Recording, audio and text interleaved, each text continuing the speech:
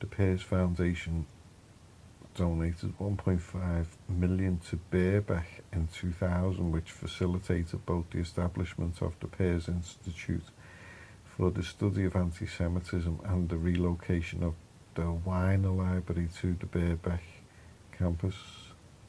The Pears Institute is the only centre in the UK and one of just two in Europe whose mission is to promote understanding of anti-Semitism. I'll give you some understanding of anti-Semitism. Come see me, come give me 1.5 million. Give all the understanding of anti-Semitism that you need, matey. Under the leadership of its director, Professor David Feldman, the Institute has gained an international reputation for its innovative approach to the study of anti-Semitism and to exploring the connections between anti-Semitism and other forms of racism and intolerance. So not only is anti-Semitism racism now, it's also intolerance. So, like, Jews are a race or they're not a race. Well, they can be a race when it suits them and not be a race when it doesn't suit them. But I know that there's been court rulings saying that, like, you can say anything about, like, any group of people as a group. But then the question is, are the Jews people?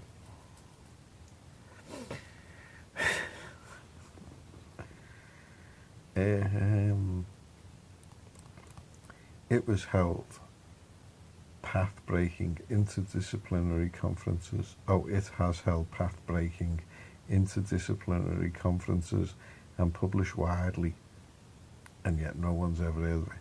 Not only addressing anti-Semitism, but issues about race, multiculturalism, and relations between Muslims and Jews. The Institute is recognised as an important figure in shaping public discourse and policy thinking on those issues. It has held over 60 events, including a symposium at the House of Commons, which brought together scholars and practitioners with politicians and government officials to explore UK and European issues of intolerance, anti-Semitism and extremism. I bet you that place was flooded as well. I bet it was absolutely chock-a-block, and no one could barely move in there, because, when it's something important like, like something actually important of any concern, it'll be empty, and none of the MPs will turn up. But as soon as it comes to Jews and Israel, whoa, the place is packed and they're all wanting to vote yes. In May 2014, the Institute published a public policy document, Integration, Disadvantage and Extremism, which was welcomed by government. I would have welcomed it to the bin. The new funding supports the Institute's continued growth with the creation of the newly fully funded post for the Social Sciences lecturer to extend the Institute's teaching and the continuation of the successful Pears Institute Early Career Fellowship Scheme. So if you need to be teaching about anti-Semitism, just sign the dotted line and you're in. Trevor Pears, CMG, Executive Chair of Pears Foundation, commented, "The Pears Institute has quickly established itself as a preeminent centre for the study of anti-Semitism in the UK and internationally. Notably, it has become an important bridge between academic research and public policy. Our continued funding is in recognition of all that Professor David Feldman and his colleagues have achieved in these first 5 years." Oh my God, so you can set up a charity and start getting 1.5 million donated to you by your own foundation within 5 years. Wow. And the important role the Institute now plays in how anti-Semitism is identified, understood and challenged. Professor David Larchman is going to be another Jew in it. "We are delighted that the Pears Foundation is committed to supporting the work of Pears Institute. In the Institute's first 5 years, Professor Feldman and his team have had a phenomenal impact of the international study of anti-Semitism and xenophobia." Also, it's xenophobia as well now. So their engagement with politicians and policymakers has been instrumental in shaping public discourse. Oh, is that right? On some of the most pressing challenges that our society faces, like your society or my society, because we're not peers, mate. Even if you call your foundation peers or whatever it is. I would like to extend my thanks to Trevor Peers and the Peers Foundation for their continued support. Oh, Shekels for Israel too, right? They'd be thanking them all day long.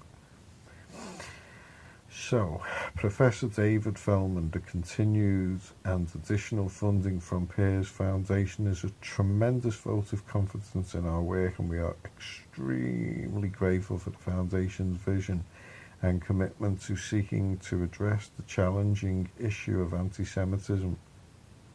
Why is it even challenging? It's like all Jews are horrible. If you don't believe me, go read Nice Jews on Peter Criggin's WordPress. And then all Jews are horrible, end of story. So the new funding will enable Pears Institute to extend its innovative research and teaching at Birkbeck and continue its inclusive approach to working with academic and non-academic partners. So maybe it's the Pears Foundation that will be with Companies House. So let's have a look, shall we? Pears Foundation, Companies House.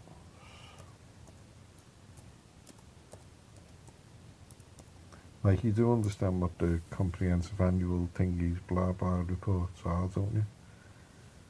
Yeah, look, there is a Britain Pears Foundation. The Pears Foundation organisation is the independent family foundation rooted in Jewish values. Oh my God. See, but they're not oh yeah, there it is. Woohoo. The Pears Family Charitable Foundation. Right, watch this. Linda Hooper, these have got to be at the Anna Freud Centre. That's got to be a Jew, hasn't it? Anna Freud. So that's where you contact these Jews.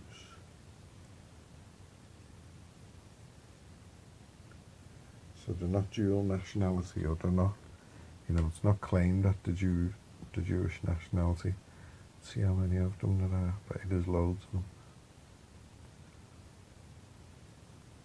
Alright, sometimes it goes on for hundreds of pages.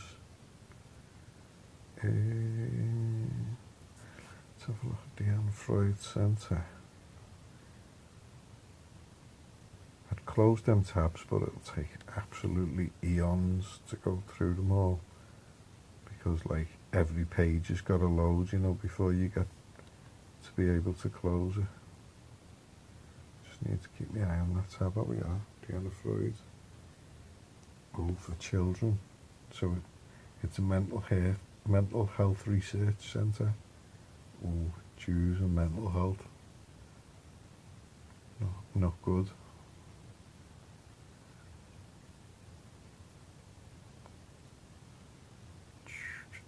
It's one of only a small number of places in UK where children can receive full psychoanalysis. Oh man, they've even got a Companies House page. Oh yes. Right, so the thing is about it. Pete Fonagy is one of the key people. It's like a bit of an Irish name. What I want to know is, who's Anna Freud anyway?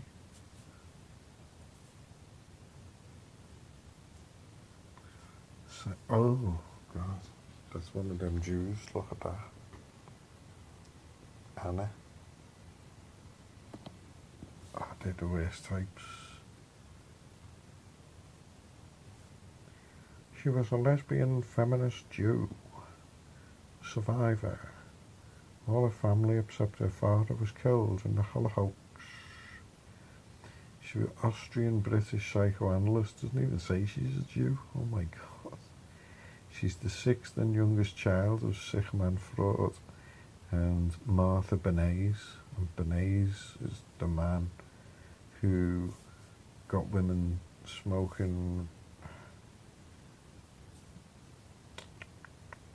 She followed the path of her father and contributed to the field of psychoanalysis. Well, how come the world's gone crazy then? Alongside Melanie Klein, she may be considered the founder of psychoanalytical child psychology. Nasty. Compared to her father, her work emphasized the importance of the ego and its normal development lines, as well as incorporating a distinctive emphasis on collaborative work across a range of analytical and observational contexts. After the Freud family were forced to leave Vienna, yawn, with the advent of the Nazi regime in Austria, she resumed her psychoanalytical practice. Hang on, well, how come, why wasn't she Holocausted like, the 6 bajillion? Surely she would be one of the leading ones that did, the evil Nazi Illuminati Jesuits would definitely be hunting her down, wouldn't he, to, step in the showers, Miss Freud. We need to do some of our own psychoanalysis. They're just such liars. I mean, they're in people's heads all day long. That's like one of their favourite things. We're talking shekels, major shekels here to be psychoanalyzed, aren't we? So, she never made a close or pleasurable relationship with her mother and was instead nurtured by their Catholic nurse, Josephine. She had difficulty getting along with her siblings. Oh, can you imagine, 5 more Jews like that? Right? All little Jews, all just on the rug, all just trying to outdo each other and get shekels. Oh my God, sends shivers down your spine.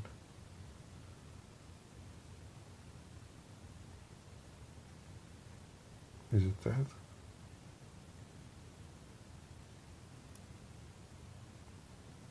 And it's dead, yeah. Aged 86, so didn't do too bad. So she was Austrian and then British. I don't even think that, let's see if it says Jew. No, just jewellery. The Jewish Shapiro Michael ranking of the most influential Jews of all time. So yeah, she's the Jewish 100, all right. The Jewish 100, a ranking of the most influential, is a book. It's been printed in American, Japanese, Chinese, Russian, Portuguese, Bulgarian, Polish, Romanian.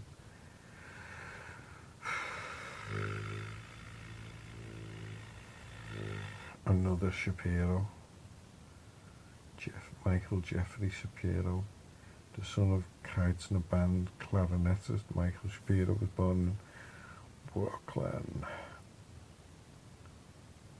What is he? You're all aware of Judith Shapiro, aren't you? Judith Shapiro, who now works at LSE, or did most lately. Shut up. When the Jewish law became English law, Judith Shapiro, shut up. The Shethor, how Jewish law became English law. And that's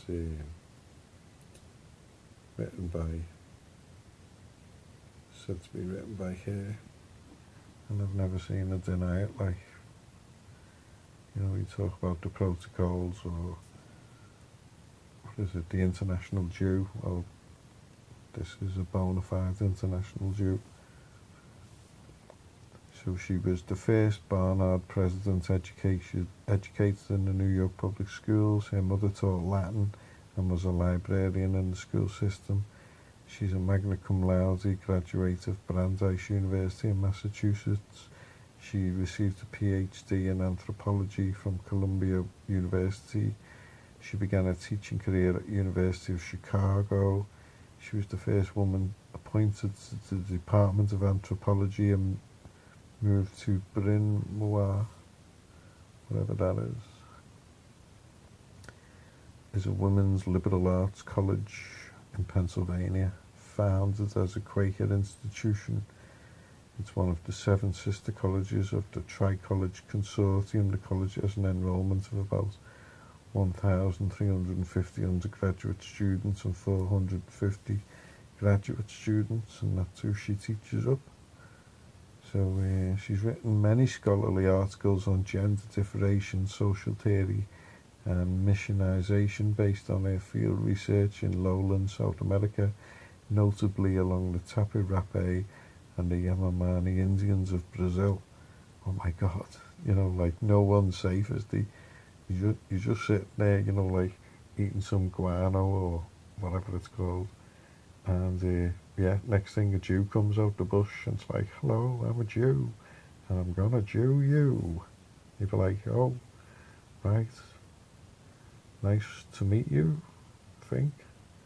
And then, no, totally not nice to meet you. Like, totally Jewed, full time. So let's have a look at the people at the Anna Freud Centre. Anna Freud,